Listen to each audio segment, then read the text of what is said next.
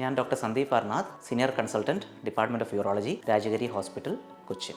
Prostate ഗ്രന്ഥി മൂലമുള്ള മൂത്രാടസ്സങ്ങളും അത് കാരണം കൂടെ മൂത്രം ഒഴിക്കുന്ന ഒരു ബുദ്ധിമുട്ട് കണ്ടുവരുന്ന ഒരു രോഗാവസ്ഥയാണ് പുരുഷന്മാരിൽ. ഇതിനു വേണ്ടിയുള്ള ട്രീറ്റ്മെൻറ്റ് മരുന്നായിട്ടും സർജറി ആയിട്ടും നമ്മൾ സജസ്റ്റ് ചെയ്യാറുണ്ട്.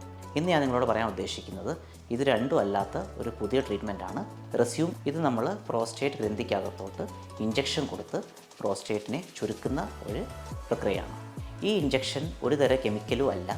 ഇതിന് ആക്ച്വലി നമ്മൾ ഉപയോഗിക്കുന്നത് വാട്ടർ വേപ്പർ തെറാപ്പി എന്നാണ് പറയുന്നത്. ഇതിനകത്തോട്ട് ആവിയാണ് നമ്മൾ ഇഞ്ചക്റ്റ് ചെയ്യുന്നത്.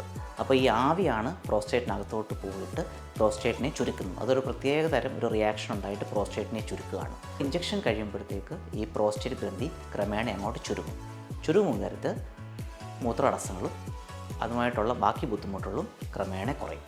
ഇതൊരു സർജറി അല്ല. ഈ പ്രൊസീജിയർ കഴിഞ്ഞാൽ അന്ന് തന്നെ പേഷ്യൻറ്റ് വേണമെങ്കിൽ വീട്ടിലും പോകാം.